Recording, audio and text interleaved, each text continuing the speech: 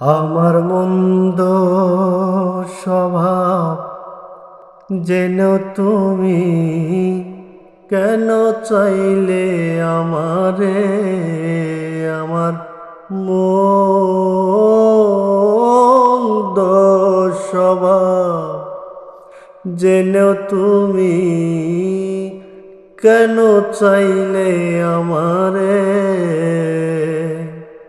এত ভালো হয় কি মানুষ নিজের ক্ষতি করে। এত ভালো হয় কি মানুষ নিজের ক্ষতি করে।